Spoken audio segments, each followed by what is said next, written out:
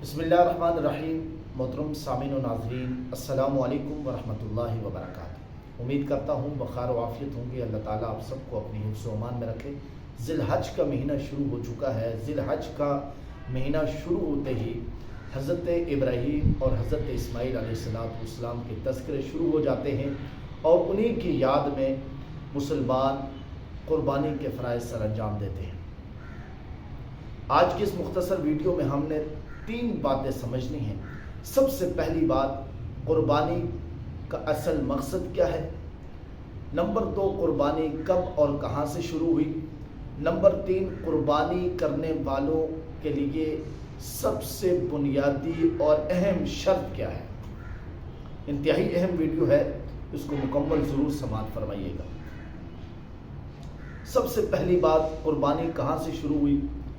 तो क़ुरबानी हज़रत इब्राहीम अलैहिस्सलाम से शुरू हुई। शुरू में हज़रत इब्राहीम अलैहिस्सलाम को ख्वाब के ज़रिए अल्लाह ताला ने हुक्म दिया कि अपने बेटे को ज़बह कर। हज़रत इब्राहीम अलैहिस्सलाम ने मुकम्मल तैयारी के साथ छुरी को तेज़ करके अपने बेटे के गर्दन पर छुरी चला दी। यह महज अल्लाह के रज़ा के लिए थी, अल्लाह की खुशनुदी के लिए थी, अल्लाह के हुक्म को पूरा करने के लिए थी। और हज़रत इब्राहीम अलैहिस्सलाम बाज़ अल्लाह के रज़ा के लिए अपने बेटे को क़ुरबान करना चाहते थे। इसलिए कि जब अल्लाह का हुक्म हो जाए, जब अल्लाह रब्बुल इज़्ज़त का हुक्म हो जाए और अल्लाह रब्बुल इज़्ज़त का पैगाम आ जाए तो उसके बाद कोई हीला बहाना नहीं किया जाता, बल्कि फ़ौरन उस हुक्म को पूरा किया जाता है। तो हज़रत इब्राहीम अलैहिस्सलाम ने अपने बेटे से भी मशवरा किया। कुरान करीम ने उसको यूँ बयान किया है कि या अबति फ़अल मा तुअमर सतजिदुनी इंशाअल्लाहु मिनस साबिरीन, कि अब्बा जान आप जो है वो अल्लाह के हुक्म को पूरा कीजिए, मैं सब्र करने वालों में से हूँगा। तो क़ुरबानी हज़रत इब्राहीम अलैहिस्सलाम से शुरू हुई। क़ुरबानी का मकसद क्या है। इसका मकसद हमें जो है वो यूँ समझ आता है कि देखें, हज़रत इब्राहीम अलैहिस्सलाम ने सिर्फ़ एक जो है वो क़ुरबानी नहीं की, बल्कि अपनी अनाक को क़ुरबान किया। हज़रत इब्राहीम अलैहिस्सलाम ने अपने नफ्स को क़ुरबान किया, अपनी मोहब्बत को क़ुरबान किया। और दुनिया के अंदर सबसे ज़्यादा इंसान को अगर प्यार और मोहब्बत होता है तो वो औलाद का होता है। इसलिए अल्लाह रब्बुल इज़्ज़त ने कुरान करीम में भी फरमाया कि इन्नमा अम्वालुकुम व औलादुकुम फितना, कि ये औलाद तुम्हारे लिए आजमाइश है। इसी औलाद के लिए बाज़ लोग जाके हराम कमा कर औलाद को खिलाते हैं।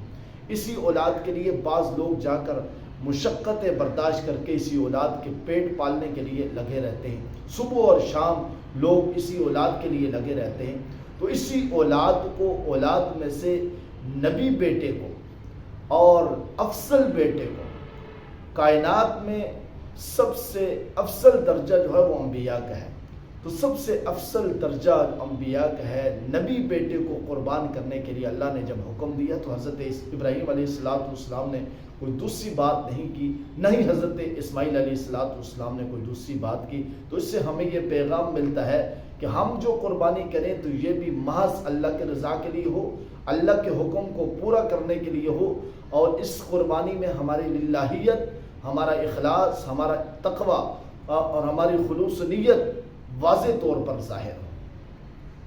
ये 2 बातें हो।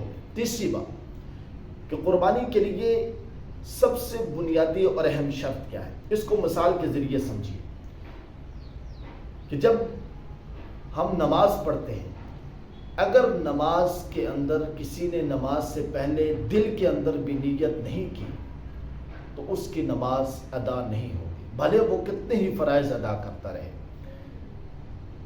ऐसे ही किसी पर साहिब इस्तिताअत हो गया, उस पर हज फ़र्ज़ हो गया, हज करने के लिए वो यहाँ से चला भी गया, मुशक्क़त बर्दाश्त करके, ख़र्चा करके और पैसे लगाकर, माल लगाकर, मुशक्क़त बर्दाश्त करके वो जो है वो हज के लिए चला गया।